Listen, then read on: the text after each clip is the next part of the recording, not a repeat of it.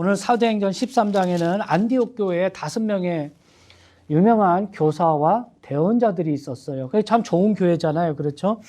교회는 이런 사람들이 있어야 되는 겁니다. 그래서 여러분들이나 또 저나 우리 교회에 오는 어떤 사람들이 안디옥 교회에 있는 사람들처럼 좋은 교사들이 돼야 돼요. 좋은 교사들이, 지금은 대언자는 없지만은 좋은 교사들이 돼서 잘 준비되어 있으면 하나님께서 여러분들을 하나님의 그 일에 잘 사용된다.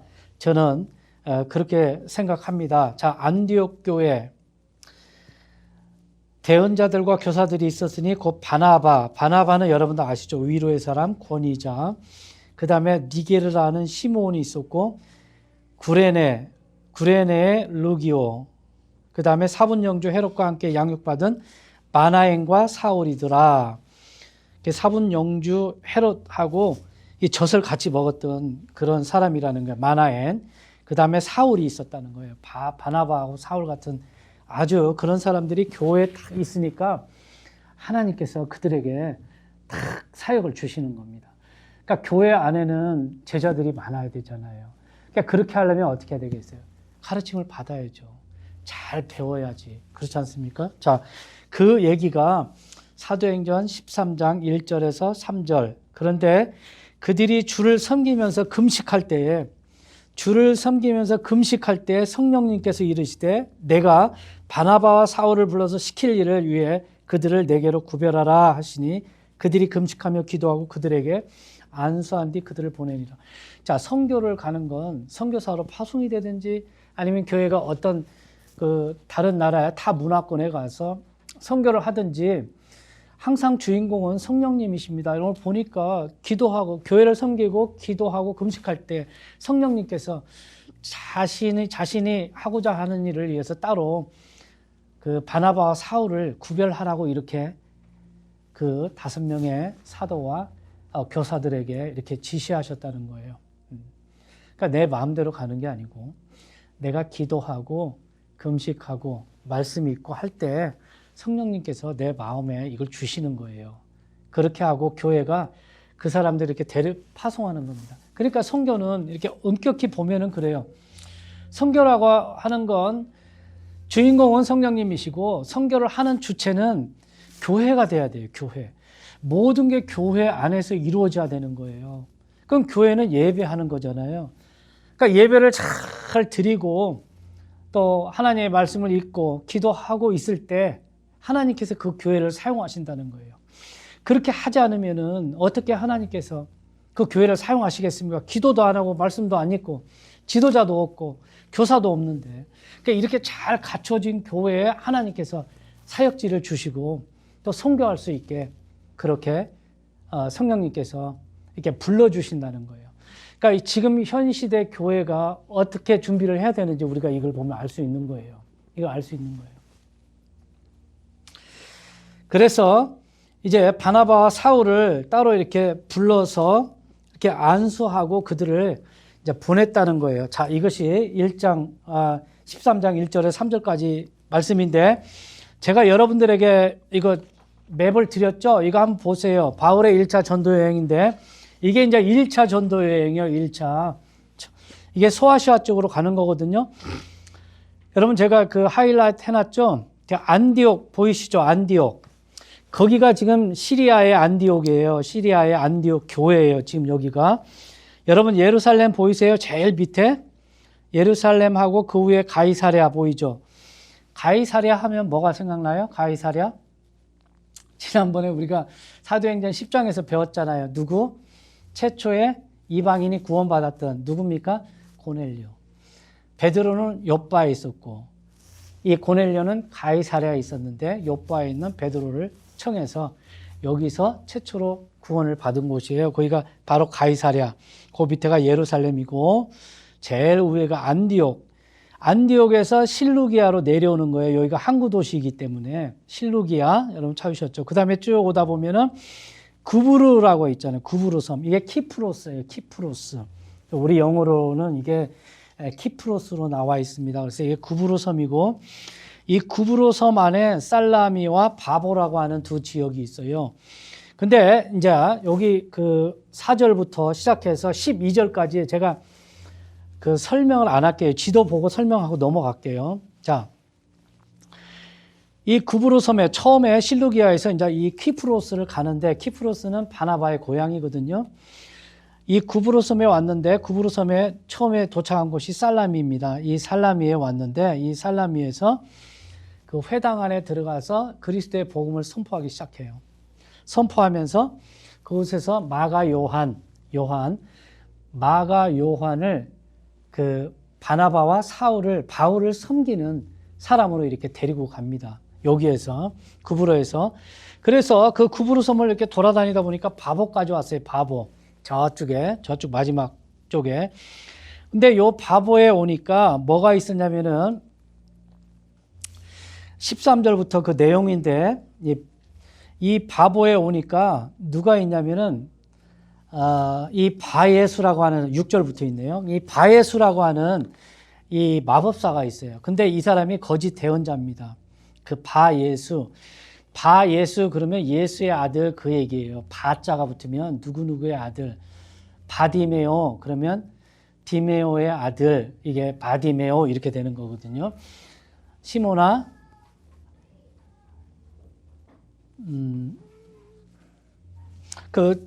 하여튼, 자, 그건 넘어가고, 자, 바라고 하는 게 붙으면은 누구누구의 아들 그 얘기거든요. 그래서 바 예수 그러면 예수의 아들이라는 거예요. 그 당시에 예수라는 이름이 너무 흔했어요.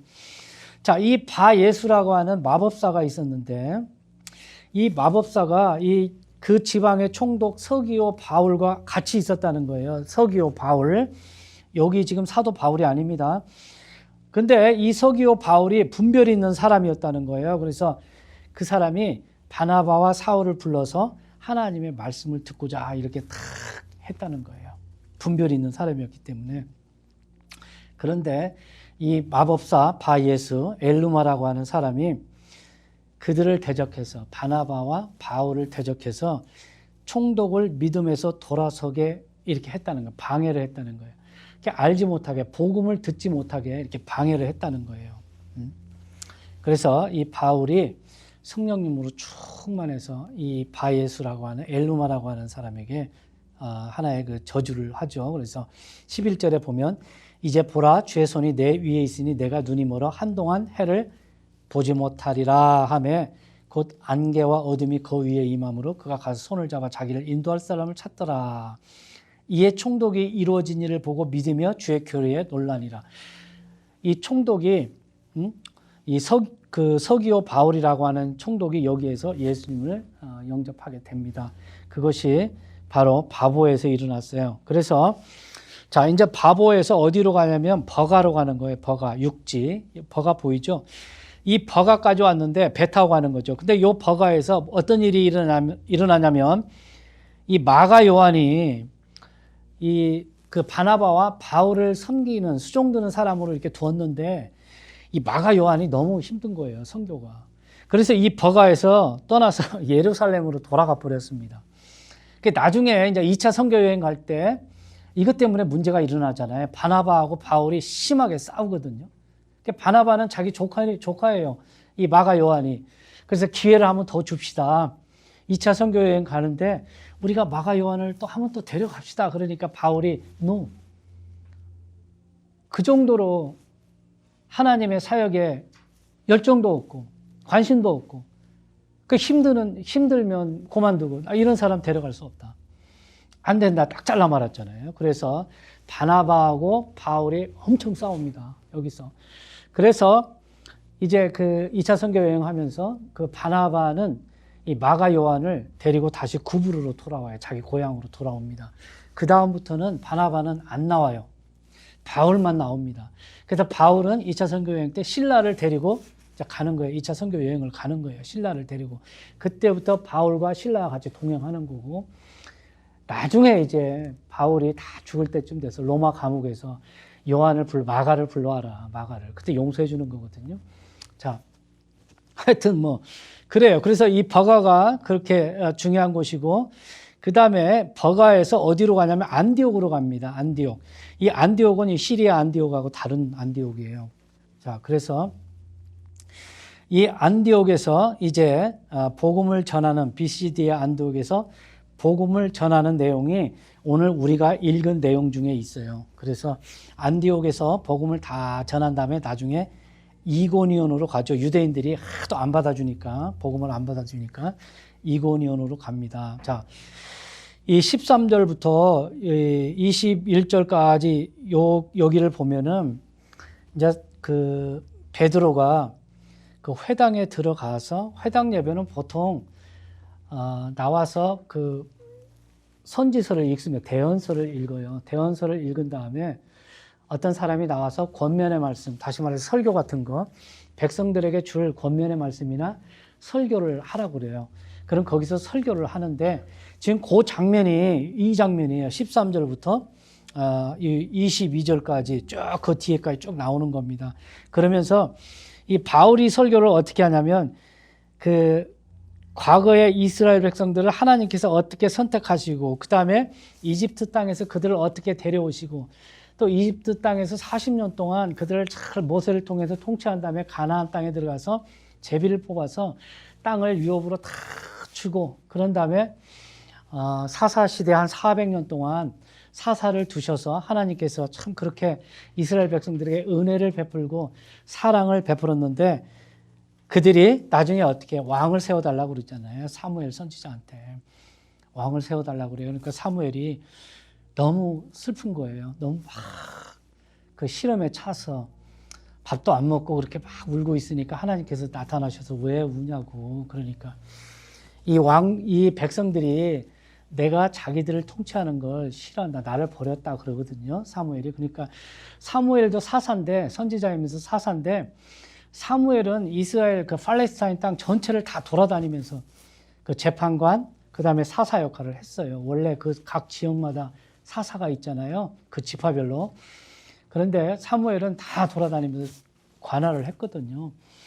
그런데 이제 이스라엘 백성들이 거의 400년이 다 지나가니까 사사시대가 한 400년이거든요. 다 지나가면서 왕을 세워달라고 그러는 거예요. 왕을. 그러니까 이 사무엘 선지자가 자기가 통치하는 걸 백성들이 너무 싫어하는 것 같습니다. 그랬더니 하나님이 그게 아니다. 백성들이 너를 싫어하는 게 아니라 그들이 나를 버렸다고 그랬어요. 나를. 하나님을 버렸다는 거예요. 하나님이 통치하는 걸 싫어한다는 거예요. 그래서 왕을 세워달라는 거예요. 왕을. 다른 이방 민족들처럼 왕을 세워서 조직을 잘 정비하고 누가 쳐들어오면 그 대비해서 전쟁도 하고 법도 쫙 만들고 해가지고 좀 이렇게 쫙 이렇게 좀 했으면 좋겠다 이렇게 얘기를 하는 거예요. 그래서 하나님께서 그들이 내가 통치하는 걸 그들이 싫어하는 거다. 네가 싫어서 그런 게 아니다. 그러면서 왕을 세워줘라. 왕을. 나는 원치 않지만 백성들이 원하기 때문에 왕을 세워줘라 그러거든요. 그러니까 하나님께서 원하지 않는 것도 사람이 원하면 해주는 경우가 있어요. 다 그런 건 아니지만 사람이 하나님의 뜻과 반대대로 원하는 거 있으면 하나님이 그냥 허락하시는 거예요. 그냥 허락하시는 거예요. 그게 잘못된 거라고 알면서도. 그러니까 왕을 세우는 거 이 자체가 그렇거든요. 그러면서 사무엘에게 얘기를 하거든요. 분명히 알아라. 왕을 세우면 그 왕은 하나님의 뜻을 이루어가는 게 아니라 자기를 위해서 궁궐을 짓고 자기를 위해서 세금을 걷고 자기를 위해서 많은 말들, 군마들을 다 자기 곳간에 채울 거고 그 다음에 많은 노동력으로 백성들을 착취하고 그럴 거다. 절대 백성을 위해서 왕이 세워지지 않는다. 이 얘기하는 거예요. 사무엘한테. 그러면서 나중에 가서 후회하지 마라. 후회해도 나는 절대로 그 대답 안 해줄 거다. 이렇게 얘기하거든요. 자, 그 얘기를 하는 거예요. 그러면서 그 뒤에 그들이 21절에 보면 그 뒤에 그들이 왕을 구하거늘 하나님께서 그들에게 베냐민 지파 사람 기스의 아들 사울을 40년 동안 주셨다가 사울이 예루살렘에서 40년을 통치하죠. 다윗도 마찬가지예요. 40년. 사울 40년, 다윗 40년, 솔로몬 40년. 다 40년이에요. 그 120년이에요. 통치. 그들이 하는 게. 그를 패하시고 그들을 위해 다윗을 일으키사 그들의 왕이 되게 하시며 또 그에 대해 증언하여 이르시되 내가 이새의 아들 다윗을 찾아내었는데 그는 내 마음에 맞는 사람이라. 그가 내 모든 뜻을 성취하리라 하시고.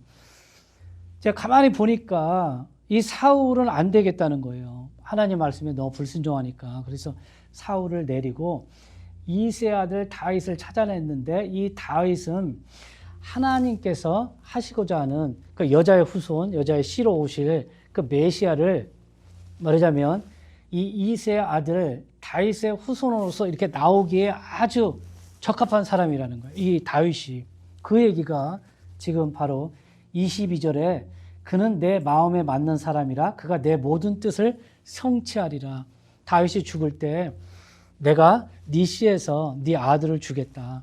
그리고 그 아들에게 영원한 왕국, 영원한 나라를 주겠다. 그래서 그 나라가 쇠하지 않고 영원히 간다. 이렇게 얘기를 하거든요.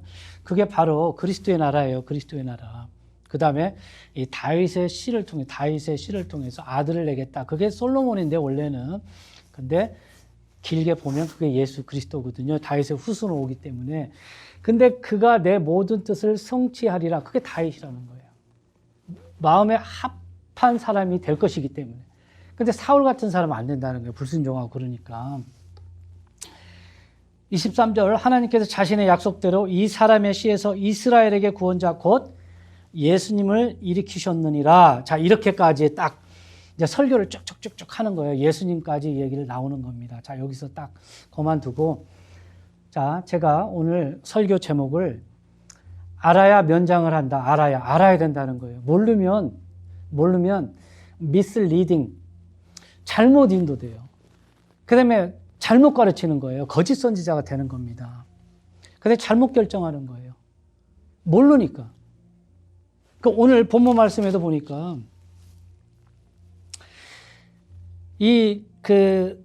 바예수라고 하는 사람이 아까 6절, 7절 여기 보면 바예수라고 하는 사람이 서기오 바울이 바나바와 바울을 데려다가 하나님의 말씀을 듣고자 하는데 이게 믿음에서 믿지 못하게 이게 방해를 했다는 거예요.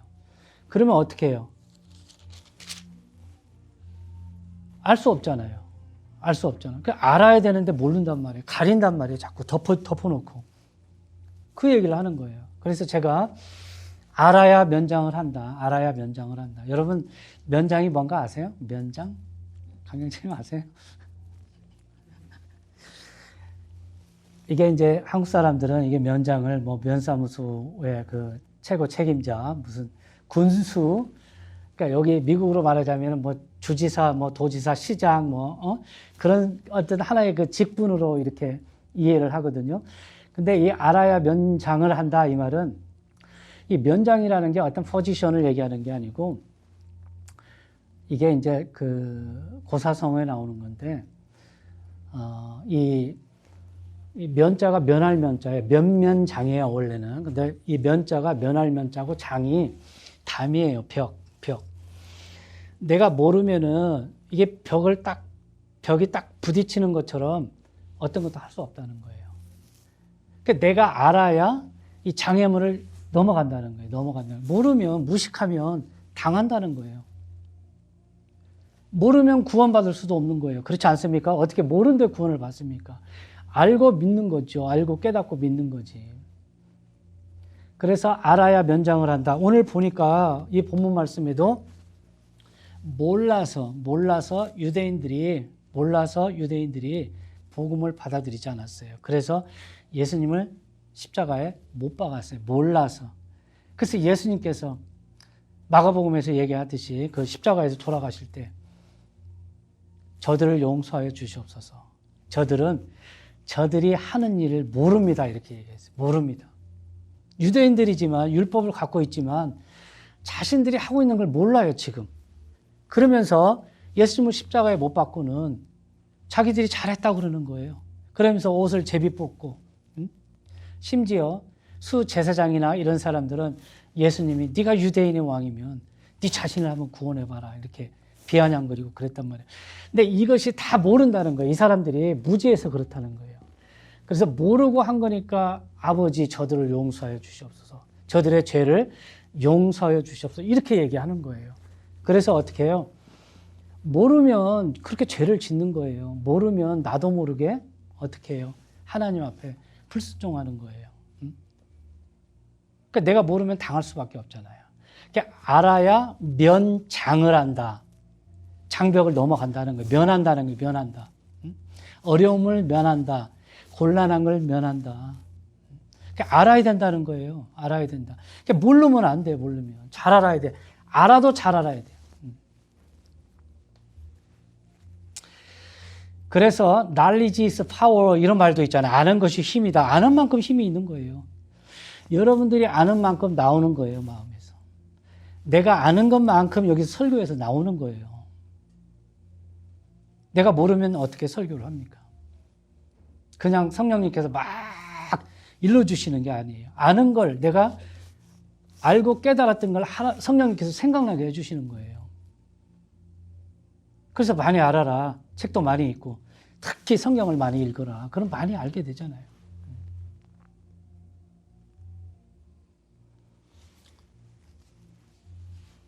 자, 성경에서는 아는 것의 중요성에 대해서 굉장히 강조를 하는 구절들이 많이 있습니다. 예를 들어서 요한복음 4장에 그 수가성 여인 나오잖아요. 이 수가성 여인은 몰랐잖아요. 메시아를 몰랐어요. 그 다음에 예배가 무엇인지 몰랐어요. 근데 예수님께서 요한복음 4장에 가서 수가성 여인을 만나서 그 우물가, 야곱의 우물에서 물을 한 잔 달라 하면서 이 물 가지고 얘기를 하는 거거든요. 그 단순한 물인데 이 물에 놀라운 진리가 있는 거예요. 놀라운 진리가 있는 거예요. 자, 4장 10절에 보면 어떤 말이 나오냐면, 자, 이제 예수님께서 그 수가성 여인에게 물을 한 잔 달라 그러니까, 자, 당신은 유대인으로서 어떻게 이 사마리아인 이 여자에게 어떻게 물을 달라십니까? 이는 유대인이 사마리아인들을 상종하지 않았기 때문에 그랬다고 그랬어요. 그러면서 예수님께서 그녀에게 대답하여 이르시되 내가 만일 하나님의 선물을 알고 나오잖아요. 알고 또 내게 마실 물을 내게 달라 하는 이가 누구인 줄 알았더라면, 그게 모른다는 거예요. 알았더라면 그에게 구하였을 것이요. 그가 내게 생수를 주었으리라 하시니, 이제 이 여인이 대답하는 거예요. 우리 조상 야곱이 우리에게 이 우물을 주었고 또 그 가축들도 먹고 그 아이들도 같이 그 아이들이 여기서 이 물을 마셨는데 선생님이 그보다 크십니까? 야곱보다 크십니까? 이렇게 얘기를 하는 겁니다. 자, 예수님께서 그녀에게 대답하여 이르시되 누구든지 whosoever 누구든지 이 물을 마시는 자는 다시 목마르니와 이 우물을 그냥 마시면은 다시 떨스티 한다는 거예요. 그래서 다시 마셔야 된다는 거예요. 누구든지 내가 줄 물을 마시는 자는 결코 목마르지 아니하리니 내가 줄 물은 그 사람 속에서 솟아나는 우물이 되어서 영존하는 생명에 이르게 한다는 거예요. 예수님이 주는 물과 이 야곱의 물은 다르다는 거예요. 다르다는 거.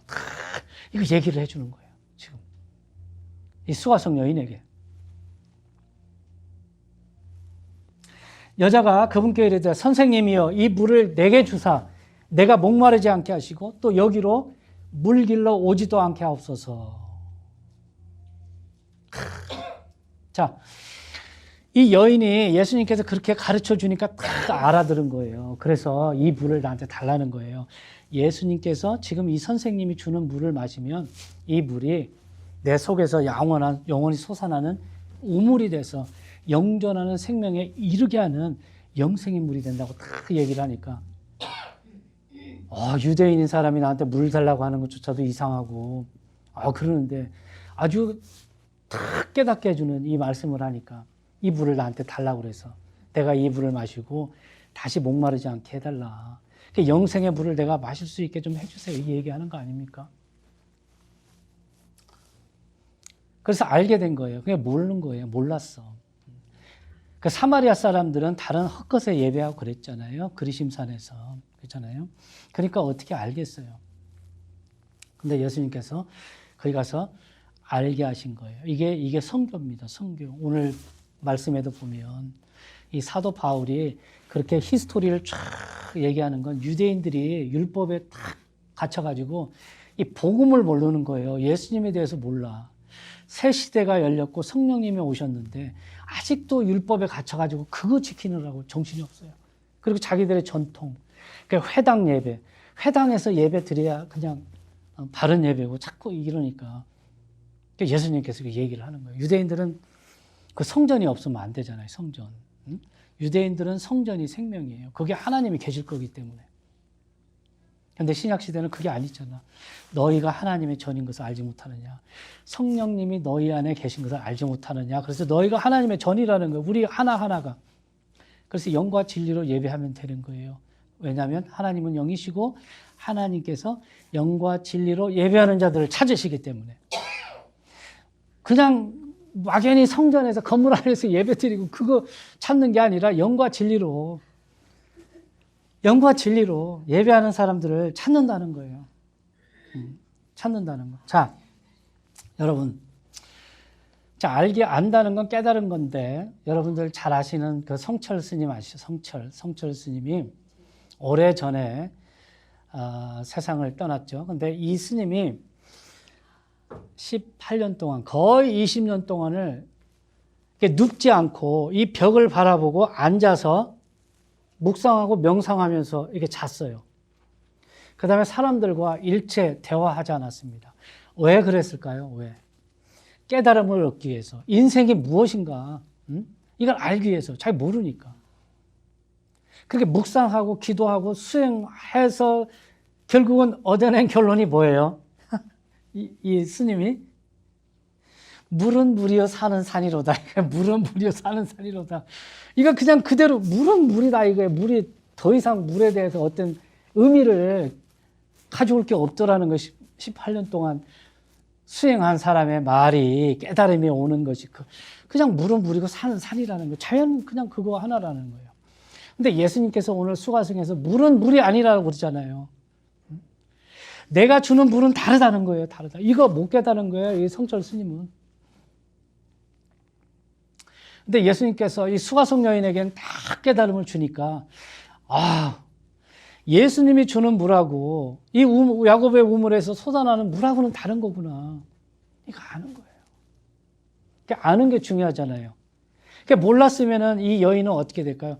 매일 정오 12시 되면 자기가 창피해가지고 12시 대낮에 나왔을 거 아니에요. 사람들 없을 때 매일 물 길러 나오고 또 그거 마시고 떨스티하면 또 가서 물 길러 가고.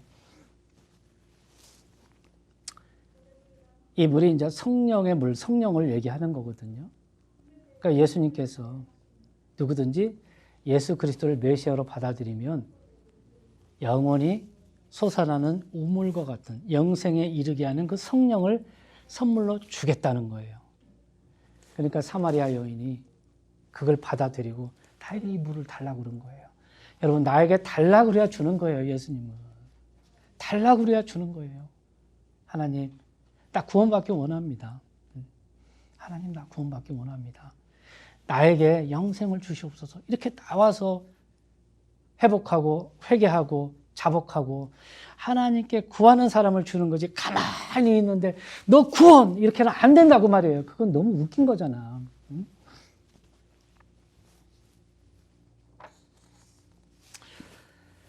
자, 그 다음에, 자, 이 수가성 여인도 모른 거예요. 몰라서 그랬어요. 그러면서 19절에 여자가 그분께 이르되 선생님이여 내가 보니 선생님은 대언자로소이다. 선지자. 우리 조상들은 이 산에서 경배하였는데 이 그리심산이에요. 그리심산과 에발산이 있습니다. 그리심산에서는 축복을 했고 에발산에서는 저주를 했죠. 우리 조상들은 이 산에서 경배하였는데 당신들은 이르기를 사람들이 마땅히 경배할 곳이 예루살렘에 있나이다 한다고 그랬어요. 그러니까 유대인들은 예루살렘이 중요해요. 예루살렘이 중요하고 예루살렘에 성전이 있으니까 성전 안에 하나님의 이름이 그곳에 있을 거니까 그래서 중요한 거예요. 그래서 예루살렘에 와서 예배를 드려야 된다는 거예요. 구약 시대는 맞습니다. 근데 신약 시대는 그게 아니잖아요. 그렇죠? 예수님이 오시고 돌아가시고 부활하신 다음에 그때는 예루살렘 성전이 필요가 없는 거예요. 근데 여전히 유대인들은 그거 가지고 얘기한다는 거예요. 예수님께서 그녀에게 이르시되 여자여 내 말을 믿으라. 내 말을 믿으라. 너희가 이 산에서도 아버지께 경배하지 아니하고 예루살렘에서도 경배하지 아니할 때가 이르느니라. 너희는 너희가 알지 못하는 것에 예배하고 우리는 우리가 경배하는 것을 아노니 이는 구원이 유대인에게서 나기 때문이다. 자, 예배를 하는데 알고 예배하는 것과 모르고 예배하는 건 차이가 있잖아요. 모르고 예배하는 사람 너무 많아요. 예배가 뭔지, 누구에게 예배해야 될지.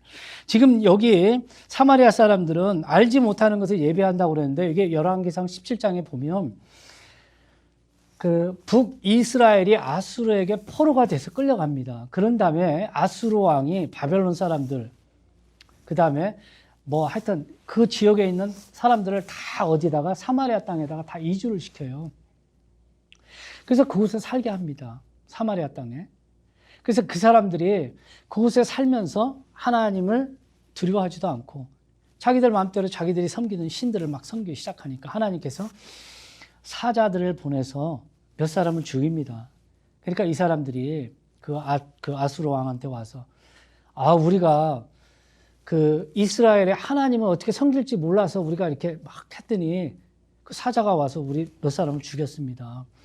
우리가 그 이스라엘의 하나님을 섬기게끔, 바르게 섬기게끔 우리에게 알려주세요. 이렇게 하니까 그 제사장을 보내서 이렇게 섬겨라. 그래야지 하나님께서 너희들을 심판하지 않는다. 이렇게 알려주거든요. 그래서 그들이 그렇게 하다가 결국은 자기네들이 가져온 신들을 다 회당에다가 자기 신들을 놓고 여호와 하나님도 섬기고 자기 신들도 섬기고 이렇게 하는 거예요. 몰래에게 제사도 하고 여호와한테 제사도 하고. 그게 지금 사마리아 계속 전통으로 이어와서 사마리아 여인이 이 사마리아 지역에 있는 사람들이 그렇게까지 제사를 지내고 있어요. 그러니까 너희는 알지 못하고 경배한다는 거예요. 알지 못하고 누구한테 예배를 해야 할지, 어떻게 예배해야 할지 그것도 모르고 그냥 신이라면 무조건 다 잡아다 갖다 놓고 예배한다는 거예요. 우리는 우리가 경배하는 것을 아노니 안다는 거야. 여호와 하나님, 유일하신 하나님. 이는 구원이 유대인에게서 나기 때문이라. 여러분, 유대인들의 나은 점이 뭡니까? 유대인들은 이방인들보다 분명히 베네핏이 있어요. 베네핏. 그들에게는. 그걸 한번 볼까요? 로마서 9장 4, 5절 보면 바울이 이 이스라엘 백성들에게 이스라엘 백성들의 구원을 위해서 기도하는 장면인데 이 유대인들은 이방인들과 다르다는 거예요. 다르다. 분명히 베네핏이 있다는 겁니다. 그거 한번 볼게요. 한번 보세요. 4, 5절 보면 이제 바울이 자기 이스라엘 백성들이 내 구원을 이렇게 생각하면서 막 마음속에 근심이 있으면서 기도하죠. 그러면서 3절에 보면은 육체에 따른 내 형제들, 이스라엘 백성들 얘기하는 거죠. 내 친족들을 위해서라면 차라리 내 자신이 그리스도로부터 저주받기를 바랄 수도 있으리니 그들은 이스라엘 사람들이니라. 자기 친족이 이스라엘 사람들이라는 거예요. 그들에게는 양자 삼으심과 어답션, 양자 삼으심과 또 영광과 언약들과 하나님의 언약들이 주어졌잖아요. 율법을 주셨잖아요. 그 다음에 하나님을 섬기는 것, 그 다음에 약속들이 속해 있고 조상들도 그들의 조상이요. 아브라함, 이삭, 야곱 이 조상들이 다 이스라엘의 조상들 아닙니까? 육체에 가난한 그리스도께서 그들에게 나셨으니 예수 그리스도가 이스라엘의 후손이잖아요. 나셨으니 그분은 모든 것 위에 계시며 영원토록 찬송받으실 하나님이시니라. 자, 그러니까 약속, 언약, 영광 이런 것들이 있기 때문에 이 유대인에게 그게 주어졌기 때문에 유대인에게서 유대인의 후손으로 메시아가 나온다. 구원자가 나온다는 거예요. 그래서 그 구원자를 위해서 기도한다는 거예요. 기도. 그러니까 알고 예배를 드리는 거예요. 그러나 참되게 경배하는 자들이 이제는 그게 아니다. 예루살렘 성전에 가서 예배를 드려야 되는 그게 아니라 영과 진리로. 영은 뭡니까? 우리 스피릿이잖아요. 스피릿. 우리 육신으로 드릴 수 있는 게 아니에요. 그러니까 예수 믿지 않으면 어떻게 예배를 드려요? 예배를 드릴 수가 없죠. 예수님을 알고 내 영이 하나님과 이렇게 같이 교감하면서 예배가 이루어지는 거지.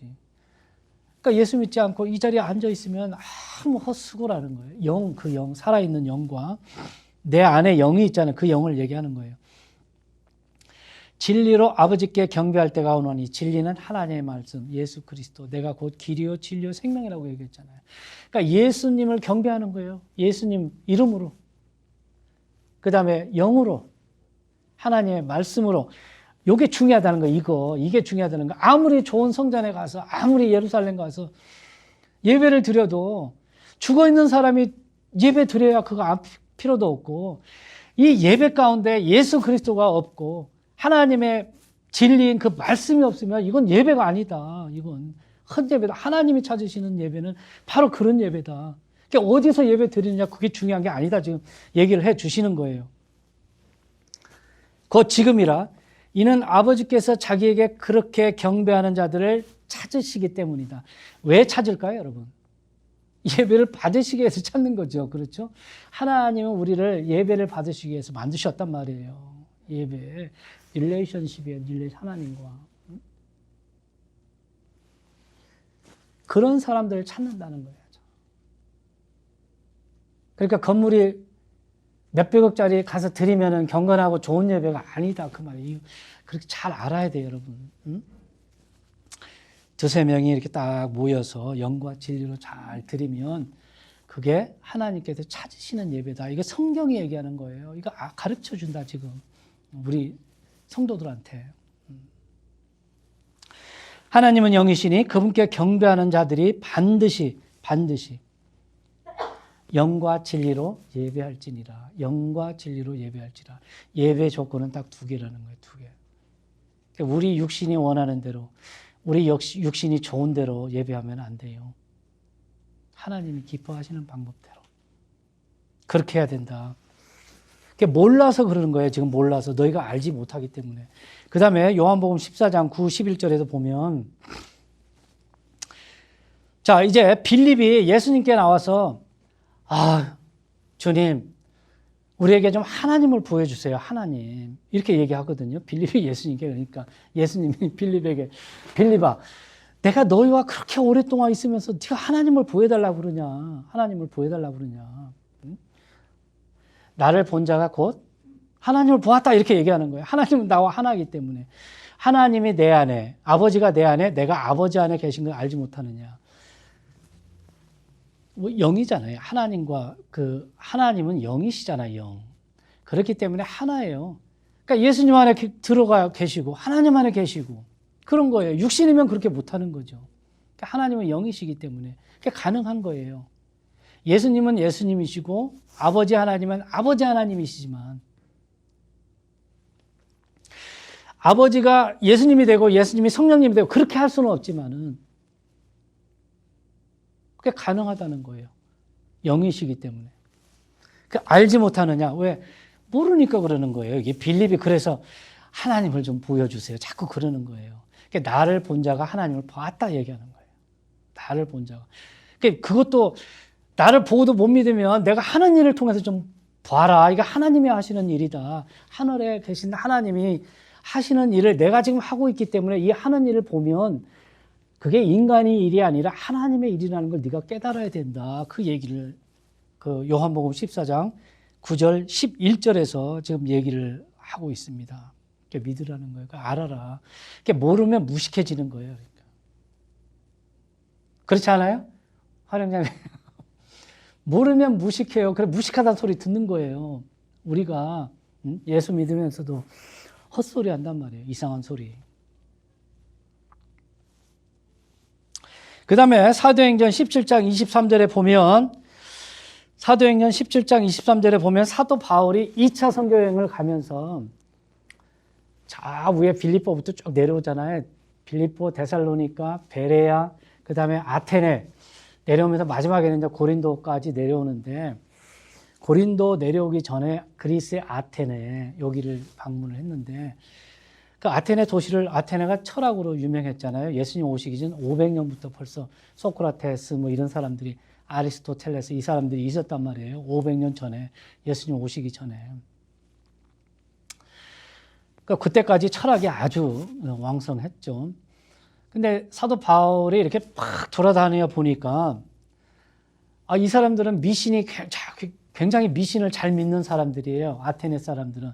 그래서 어느 한 곳을 보니까 거기에 제단이 하나 있는데 그 제단의 이름을 뭐라고 써놨냐면 unknowing God.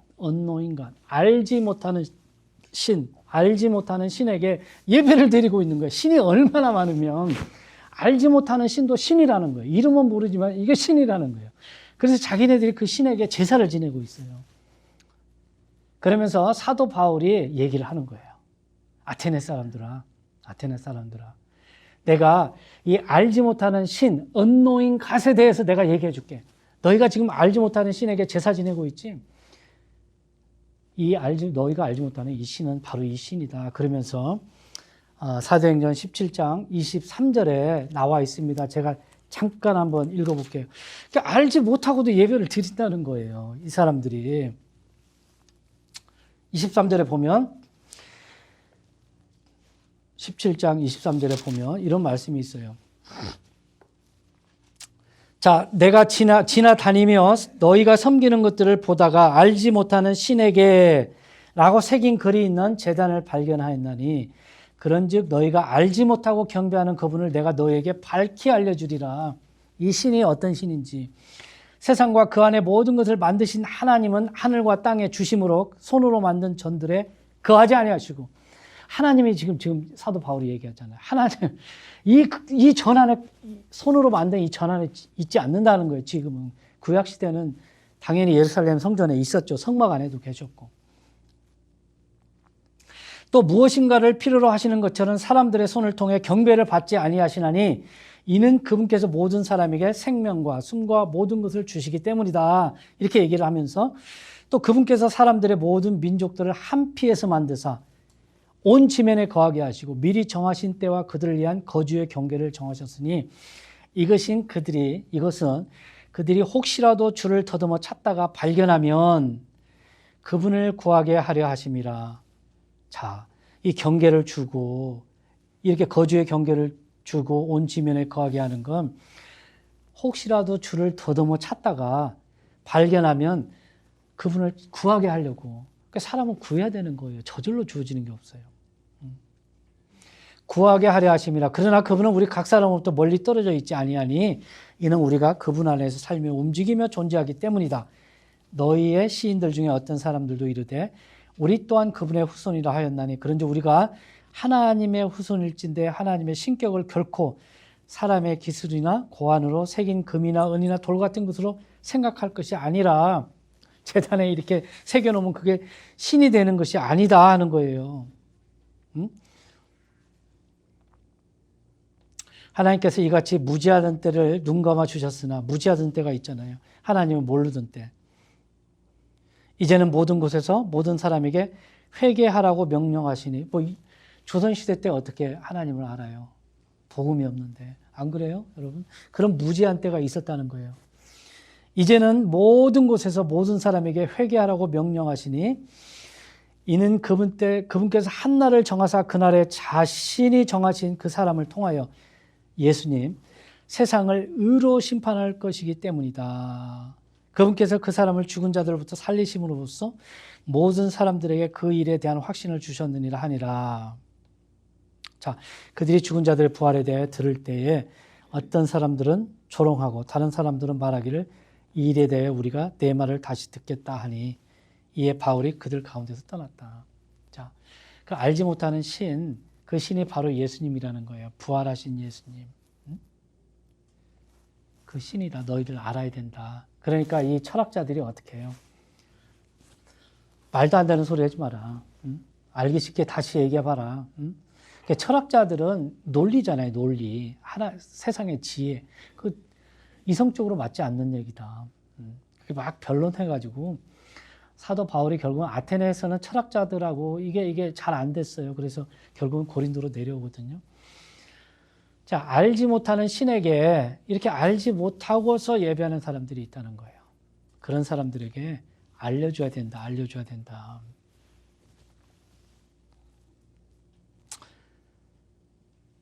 자, 그래서 우리가 이 복음에 대해서 잘 알아야 돼요. 잘 알아야 된다. 그래서 베드로후서 3장 18절은 이런 얘기가 있습니다. 오직 은혜 안에서 자라고 우리 주 곧 구원자 예수 그리스도를 아는 것에서 자라라. 우리가 신앙으로 자라는 건 아는 만큼 자라는 거예요. 아는 만큼. 내가 모르면 그만큼 거기에 머물러 있는 거예요. 더 이상 자라지 않아요. 자꾸 성경 지식, 성경에 대한 하나님에 대해서 많이 알아야 돼요. 하여튼 경험으로 알든 하나님의 말씀을 순종하면서 살아갈 때 하나님께서 경험해 주시잖아요. 나도 모르는 사이에 하나님을 만나잖아요. 경험하잖아요. 자꾸. Experience God. 하나님을 경험하는 삶. 블랙가비 목사님, 우리 남침내 교단에 그 목사님이 아주 유명한 책 썼죠. 하나님을 경험하는 삶이에요. 우리 크리스찬들은. 그래서 자꾸 알아가는 거예요. 하나님을 알아가요. 알아가면 알아갈수록 나는 뭐야? 벌레고 죄인이구나. 내가 죄인 중에 우두머리구나. 우두머리. 그렇게 해서 납작 엎드리는 거예요. 겸손하게 되는 거예요. 더. 그래서 하나님을 아는 것에서 자꾸 자라가라는 거예요. 말씀을 통해서 이렇게. 그래서 이 하나님을 알게 하기 위해서 요한복음 14장 17절, 26절, 13절에 보면 성령님을 우리에게 주신 거예요. 성령님은 진리의 영이에요. 진리의 영. 내가 아버지께 구하겠으니 그 또 다른 영, 다른 보혜사가 오시면 내가 너에게 이야기한 거 모든 거 다 생각나게 해주신다고 그랬어요. 그 다음에 너희를 가르친다고 해요. 가르친다. 그러니까 우리가 스스로 아는데 한계가 있기 때문에 성령님이 우리 안에 계시면은 우리가 알고자 하는 거, 이 말씀을 다 깨닫게 해주신다는 거예요. 그래서 우리가 하나님을 아는 진리에서 이렇게 자라는 거예요. 그렇게 하라는 거예요. 그렇게 준비가 안 되면 여러분 선교도 안 되고 아무것도 안 되는 거예요. 그래서 저는 여러분들에게 원하는 게 그거예요. 우리 교회가 큰 교회 되는 건 그래 좋아요. 되면 좀 좋죠. 그 하나님이 해주시는 거고. 나는 원하는 게 뭐냐면 저나 여러분들이 하나님 말씀에 강한 자가 되자. 하나님 말씀에 강한 자가 되자. 그래야 안 흔들리는 거예요. 그래야 안 속아요, 여러분. 기도 많이 하고. 그게 살 길이에요. 지금 세상이 얼마나 어렵습니까? 여기에서 내가 마음의 중심을 탁 잡고 가는 건 말씀밖에 없어요. 말씀. 그러니까 모르면 당하는 거예요. 모르면 당하는 거.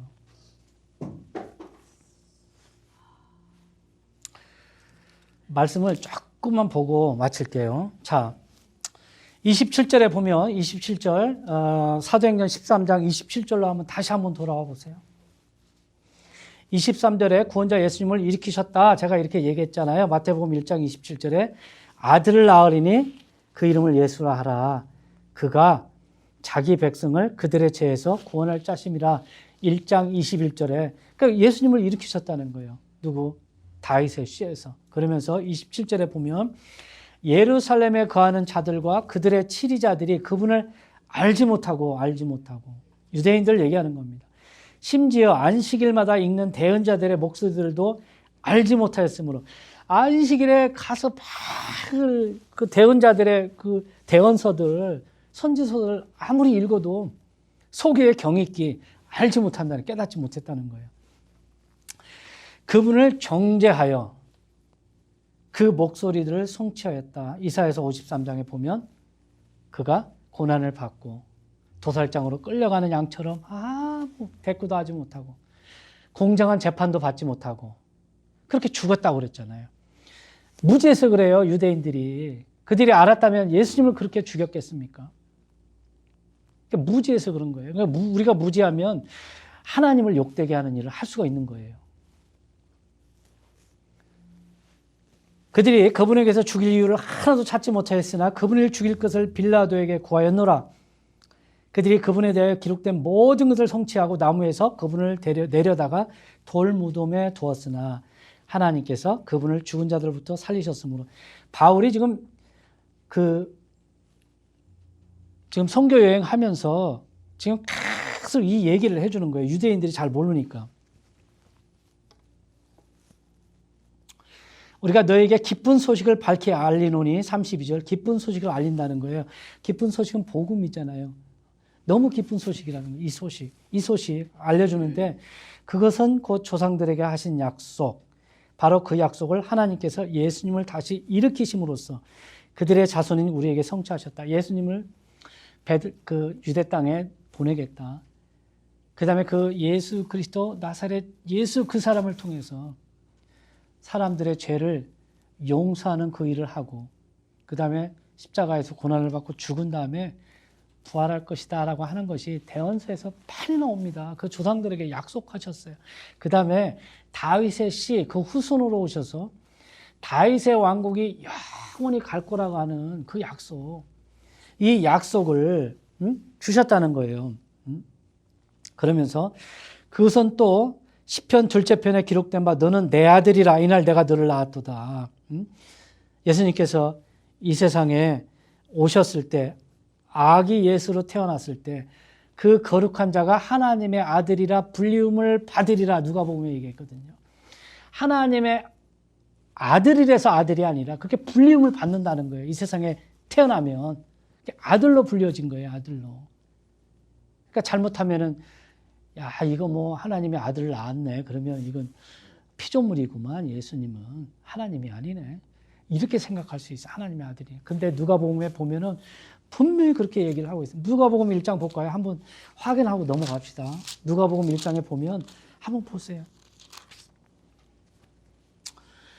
30절, 31절, 32절 한번 볼게요. 누가복음 1장 30절 한번 보세요.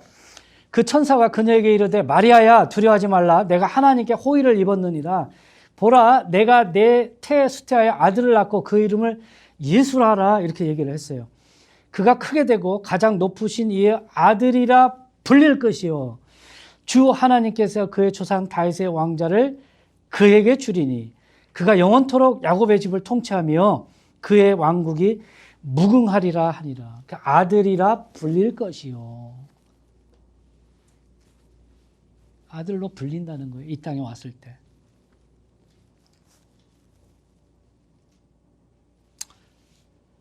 35절 그러므로 그가 또한 다른 시편에서 이르되 주께서 주의 거룩한 자가 썩음을 보지 아니하게 하시리로다. 다윗에게 한 얘기거든요. 죽음에서 썩지 않고 부활하셨잖아요. 이는 다윗은 하나님의 뜻에 따라 자기 세대를 섬기다가 잠들고 묻혀서 자기 조상들에게 이르러 썩음을 보았으나 하나님께서 다시 일으키신 그분은 결코 썩음을 보지 아니하셨기 때문이라. 썩었으면 어떻게 부활을 됩니까? 이 부활은 육신의 부활인데. 그렇지 않습니까? 썩지 않았기 때문에 육신이 살아난 거예요. 그러므로 사람들아 형제들아 너희가 알 것은 이게 중요하다는 거예요. 알아라. 곧 이 사람을 통해 죄들의 용서가 너희에게 선포되었다는 것과 죄들의 용서가 선포되었다는 것과 또 모세의 율법으로는 너희가 의롭게 되지 못하던 모든 일에서도 믿는 모든 자가 그분으로 말미암아 의롭게 되었다는 것이라. 믿는 모든 자가 의롭게 된다는 거예요. 율법의 행위로 되는 게 아니고. 무슨 얘기인지 아시겠어요? 이것을 사도 바울이 지금 거기에서 탁 선포를 하는 겁니다. 이게 선교예요, 선교 여러분들. 병원 짓고 학교 짓고 중요합니다. 이건 부수적인 거예요. 그들을 도와주기 위한 거, 구제하기 위해서. 그걸 하면서 무엇을 해야 되느냐? 복음을 선포해야 되는 거예요, 복음. 그러니까 복음 선포하지 않으면 아무 의미가 없잖아요. 구원받지 못하는데. 그러니까 선교는 바로 이거다. 너희가 의롭게 되지 못하던 모든 일에서도 믿는 모든 자가 그분으로 말미암아 의롭게 되었다. 칭의, 하나님이 의롭다 이렇게 인정한다는 거예요. 로마서 3장 23, 25절 잠깐 볼게요. 로마서 3장 23, 25절 보면 21절부터 읽어보면 더 확실합니다. 로마서 3장 21절부터 그러나 20절에 보면 이게 20절부터 읽는 게 더 확실하겠네요. 그러므로 율법의 행위로는 어떤 육체도 그분의 눈앞에서 의롭게 될 수 없나니 율법의 행위, 율법을 지켜서는 어떤 육체도 그분의 눈앞에서 의롭게 될 수 없다는 거예요. 율법으로는 죄를 알게 되느니라. 율법은 죄를 정해놨잖아요. 사람을 고의로 죽인 자는 사형에 돌로 쳐서 죽여라. 이게 죄를 정해놨어요. 그러나 이제는 율법 밖에 있는 하나님의 의, 곧 율법과 대언자들이 증언한 의가 드러났느니라. 이것은 곧 예수 그리스도의 믿음으로 말미암아 모든 자에게 미치고 믿는 모든 자에게 임하는 하나님의 의인이 거기에는 차별이 없다는 거예요. 가난한 사람, 부한 사람, 나이 어린 사람, 나이 많은 사람, 여자, 남자, 병 걸린 사람, 건강한 사람, 이 차별이 없다는 거예요. 믿기만 하면 다 의롭게 된다는 거예요. 깨끗한 사람, 내가 구제 많이 한 사람, 그거 아니라는 거예요. 모든 사람이 죄를 지어 하나님의 영광에 이르지 못하더니 모든 사람은 죄인이라는 거예요. 죄인. 모든 사람은 죄인이다. For all have sinned and come short of the glory of God. 하나님께 나아가지 못한다는 거예요. 모든 사람이 죄를 지었기 때문에. 벽이 막힌 거예요. 이게 딱.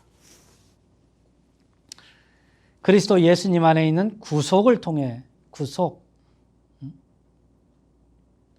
redemption, 구속, 값을 주고 사왔어요. 값을 주고. 피값, 예수님의 죽음값을 주고 사온 거예요. 이게 redemption이에요. 구속을 통해 하나님의 은혜로 값없이 얻게 되었다. 값없이라는 말은 freely, 우리가 페이하지 않고, 값을 페이하지 않고 예수님이 이미 페이했기 때문에 우리가 페이하지 않고 그냥 의롭게 되었다는 거예요. 예수님 믿음을 통해서.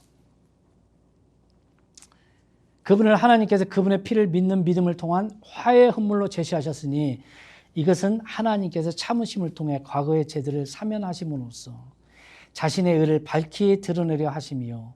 내가 말하거니와 이때 자신의 의를 밝히 드러내사 자신이 의롭게 되며 또 예수님을 믿는 자를 의롭게 만드는 이가 되려 하심이라. 이렇게 얘기했어요. 자, 의로운 사람이 죄를 용서할 수 있잖아요. 인간이 어떻게 죄를 용서해요? 그러니까 예수님께서 자신의 나는 의롭다 하기 위해서 인간의 죄를 확 용서해 준 거예요. 그러니까 인간의 죄를 용서할 수 있는 능력을 갖고 있는 사람이 의로운 사람이기 때문에 사람의 죄를 용서했을 때 나는 의로운 사람이라고 딱 증명이 된다는 거예요. 여러분들이 사람의 죄를 용서할 수 있어요? 없어요? 예수님만 용서할 수 있는 거예요. 실제로 용서받았고. 그러니까 예수님이 의로운 사람으로 드러났다는 거예요. 자, 오늘 이 본문 말씀은 사도들이 그 안디옥 교회에 있는 그 교사들이 이제 안수를 받고 1차 선교 여행지로 이렇게 가서 그 지역에서 그 안디옥 지역에서 BCD의 안디옥이죠. 거기에서 이제 복음을 전하면서 유대인들에게 이 얘기를 했어요. 너희들이 몰라서 지금 예수님을 핍박하고 그렇게 죽였다. 근데 예수님은 의로우신 분이고 너희들의 죄를 다 용서하셨다. 그러니까 이제는 너희들이 율법을 통해서 예배를 통해서 구원받으려고 하지 말고 그 의롭게 드러나신 그 예수 그리스도 하나님의 아들 그분을 믿고 구원을 받아라. 죄 용서함을 받아라. 그 얘기가 오늘 본문 말씀입니다. 근데 여러분 이거 세상에는 이런 거 모르잖아요. 그렇지 않습니까? 너무 몰라요. 기독교 드러나는 것만 보고 자꾸 욕을 하고 그러는 거지. 정말 이 진리가 우리의 행위와 삶 때문에 가려졌단 말이야. 다 이게 가려져서 이게 드러나지 않는 거예요. 이게 너무 슬픈 거예요. 지금 너무 슬픈 거예요. 그러니까 세상 사람들이 볼 수 있게끔 진리를 볼 수 있게끔 해줘야 되는데 가려놨어요. 나는 이게 가슴이 너무 아파. 내가 의로워서가 아니라 그 세상 사람들의 영혼을 생각하면 마음이 아파야 돼요. 여러분들. 마음이 아파야 되는 거예요.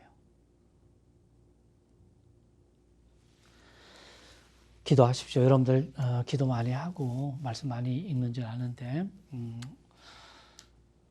우리 가나 선교, 토고, 중국 선교 이게 바로 그리스도의 복음 이걸 선포하기 위해서 이렇게 하는 거잖아요. 그러니까 기도 많이 하시고 또 여러분들이 가는 곳이 선교지예요. 지금 여러분 주위에 어디 가면 거기가 선교지고 만나는 사람이 선교 대상이에요. 그 사람들한테 복음 전해야 돼요. 그러려면 기도해야 된다. 기도방을 만드세요, 여러분들. 그래서 나만의 시간을 딱 가져라. 저는 화장실에서 많이 했어요, 옛날에. 지금은 새벽에 가게에서 하지만은. 와이프하고 같이 있으면 그게 안 돼요, 방해받고. 그래서 따로 떨어져서 시간을 내서 말씀 읽고 기도하고 선교를 위해서 기도하고 그 다음에 만나는 사람 보면 하이 이렇게 하고 좋게 얘기하고 그래서 좋은 관계 맺고 예수 믿으십니까? 교회 나오세요. 일단 그렇게 하세요. 그냥 교회 나오세요. 교회 한번 오세요. 주일날 이렇게 하고 해서 오면은 탁 복음을 선포하면 되잖아요. 이거 뭐 그렇게 어려워. 하나도 어려운 것도 없어요. 성령님께서 역사해 주시는 거지. 기도하고 전도하고 이번 주 한 주간 저와 여러분이 그런 삶을 살기를 주님의 이름으로 축원합니다. 아멘. 하나님 아버지, 오늘 주님 앞에 나와서 예배 드렸습니다. 저희들이 참 몰라서 짓는 죄, 몰라서 잘못 결정하고 선택하고 참 하나님 앞에 불순종하는 때가 참 많았습니다. 말씀으로 알게 하시고 깨닫게 하시기 위해서 하나님께서 성령님을 우리 안에 주셨습니다. 또한 우리를 영원한 하나님의 나라로 인도하기 위해서 우리를 보호하시기 위해서 성령님을 우리 안에 또한 주셨습니다. 우리가 얼마나 성령 하나님을 무시하는지 그분께 지혜를 구하지 않는지 헤아릴 수 없습니다. 하나님 깨닫게 하시고 무엇보다도 하나님의 말씀을 알고 자라가는데 힘쓰는 저희들이 될 수 있도록 또한 우리가 예수 그리스도 그분의 복음을 증거하는데 정말 열심을 다할 수 있도록 성령님 도와주시옵소서. 우리의 나가는 곳이 선교지고 만나는 사람이 선교 대상입니다. 하나님 붙여주시고 담대하게 복음을 증거할 수 있도록 그렇게 살겠사오니 성령님 도와주시옵소서. 감사드리며 주 예수 그리스도의 이름으로 기도하옵나이다. 아멘.